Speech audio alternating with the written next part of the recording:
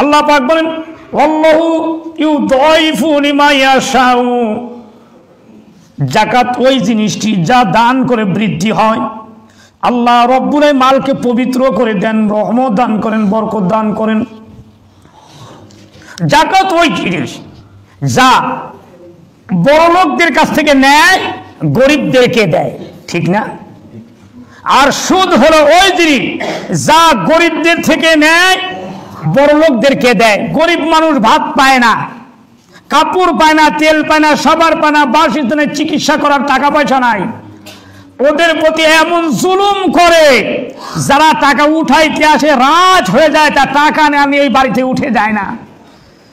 যাকাত গরিবদেরকে করতেছে ধনী, আর সুদ গরিবদেরকে বানায় দেয় রাস্তার ভিক্ষু, ঠিক কিনা? আল্লাহ রব্বুল আলামিন বলেন,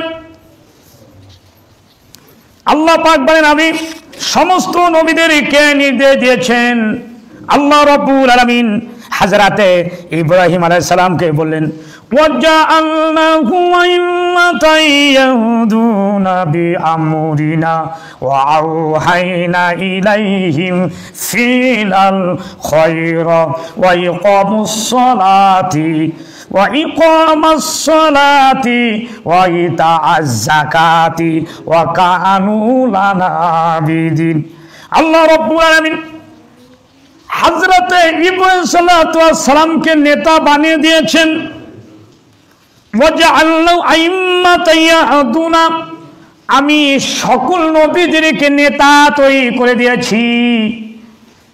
অনেকেই বলে যে নবীদেরকে নেতা কইল কেন?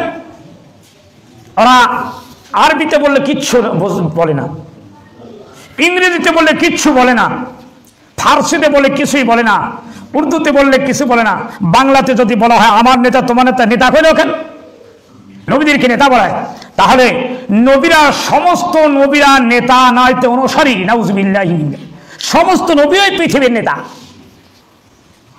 আল্লাহ রাব্বুল আলামিন নবীজিকে নেতা বানিয়ে বলেন বিআমরিনা ওয়া আওহাইনা ইলাইহিম ফিলাল খায়রাত, ভালো ভালো কল্যাণমূলক কাজ করো, ভালো ভালো কাজ করো, যেগুলো সবচেয়ে উত্তম কাজ, ভালো কাজ, নেকির কাজ, সওয়াবের কাজ।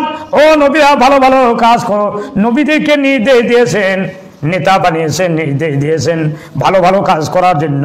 এরপর ইকামুস সালাতি ওয়া ইকামাস সালাতি, হযরত ইব্রাহিম আলাইহিস সালাম বলেন আল্লাহ রাব্বুল আলামিন আমাকে নামাজ কায়েম করার নির্দেশ দিয়েছে। শুধু নামাজের কথাই বলে নাই, ওয়া ইতাআজ যাকাতি, যাকাত প্রদানের কথা বলেছেন। যেখানেই থাকো, যে অবস্থায় থাকো, যাকাত প্রদান করো।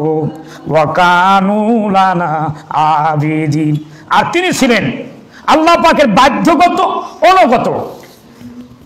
আল্লাহ রাব্বুল আলামিন হযরতে মুসাকে বলেন মুসা আযাবি উসিবু বিহি মিন আশা ওয়াসিয়াত কুল্লা শাইইন।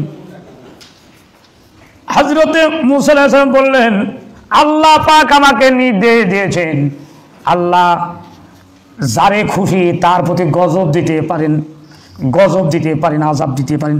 হযরতে মুসা আলাইহিস সালাম বললেন আল্লাহ আমার জাতির প্রতি গজব দিয়েন না, আযাব দিয়েন না, নির্যাতন করেন না, গজব আযাব দিয়ে ধ্বংস করেন না।